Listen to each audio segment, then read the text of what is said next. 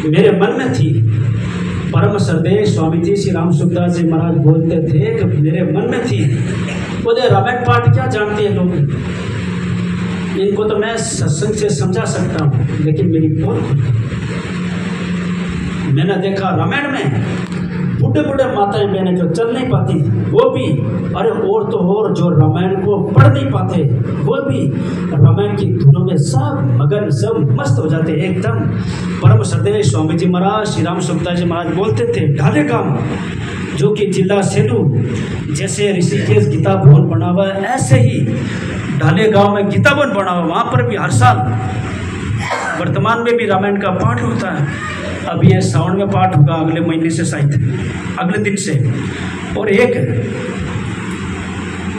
शिवरात्रि, ये 2 समय वहाँ रावण का पाठ होता है। तो महाराष्ट्र में जितने भी माहेश्वरी और जो ये महाजन समाज है सब लोग वहाँ इकट्ठा होते हैं और सब लोग रामायण का पाठ करते हैं। तो स्वामी जी महाराज सुना करते थे, बोले ढाले गांव में जब रामायण पाठ होता था तो वहाँ की माताएं, महाराष्ट्र की, अब क्या जाने वो हिंदी, लेकिन वो भी गाने वालों के साथ में ताल और स्वर में धुन में मगन हो जाती थी।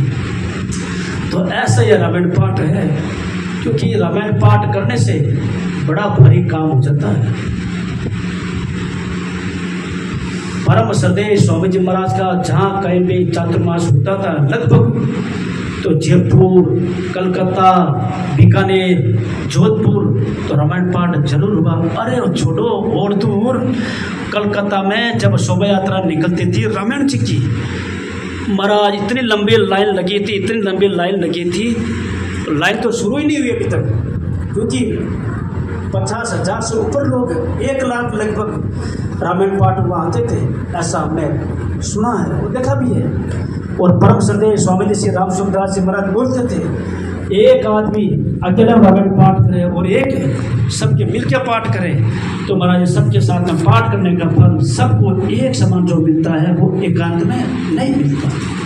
इसलिए मेरा भी निवेदन, आप लोग जरूर रामायण पाठ करना चाहिए, ऐसा अवसर बार बार नहीं मिलता। और दूसरी बात, रामायण का अर्थ पढ़ के पाठ करो।